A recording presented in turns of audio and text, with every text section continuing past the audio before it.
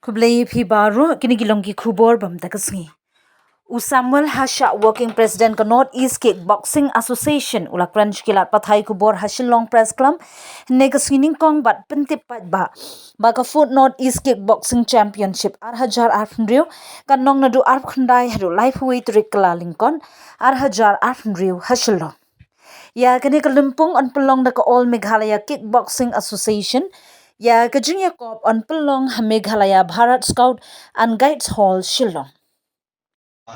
Confirm kamut ka Assam, Arunachal Pradesh, Meghalaya, Manipur, Nagaland, Bat Sikkim, te Mizoram, te sa stang naka Tripura, ken sa ay jintip ini hasway ka kasan tarik kiban panwan chimuta habrika North East Championship. Nako bi jala ko makat numur kinang yukon. Nako bi jala kindon be unduna eka South Santo de ite. Dari kan sa Khambun bah te kari na Manipur, bat na Assam, bat na Jala Meghalaya hi.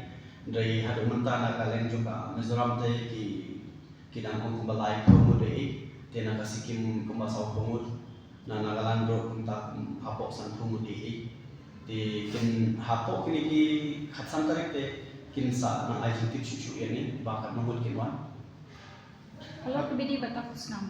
Tidak perkat kumne. Nama Roman Kapoor ki shakin ai betang ya ki medals but ki certificate but ki trophies na kalen ka jo ni ai ki certificate ki medals but ki trophies and right now kita kitu ki ba yo ye ki best fighters te kanon ru ka cash prize na ka jo ki but kanon ru hanne ka professional fight ka wangin sa bu tang arteli ki category ka low kick but ka kewan ne tulong ya ka professional fight how by day but kaneka North East Kickboxing Championship. Kadi kasi ko Lagi jumi. Kanya ro ho kin qualify hapo final ro kikna ki jumi. Ako di ka qualifying round kadi kanlong.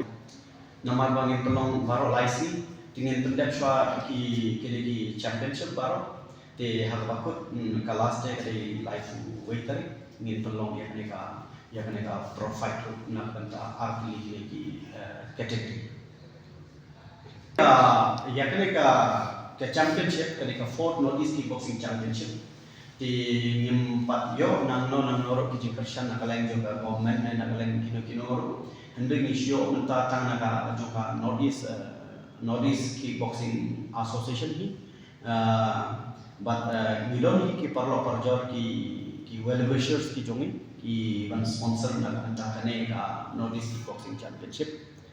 Ila ayo collector Hai Chief Minister Adon Borom Kejungi Bantelong ekne ka North East Kickboxing Championship na dukini ule usna ma acara pusat di ngekerman sikamba insa shim khalem na kabata ka jongi ha ketai kesni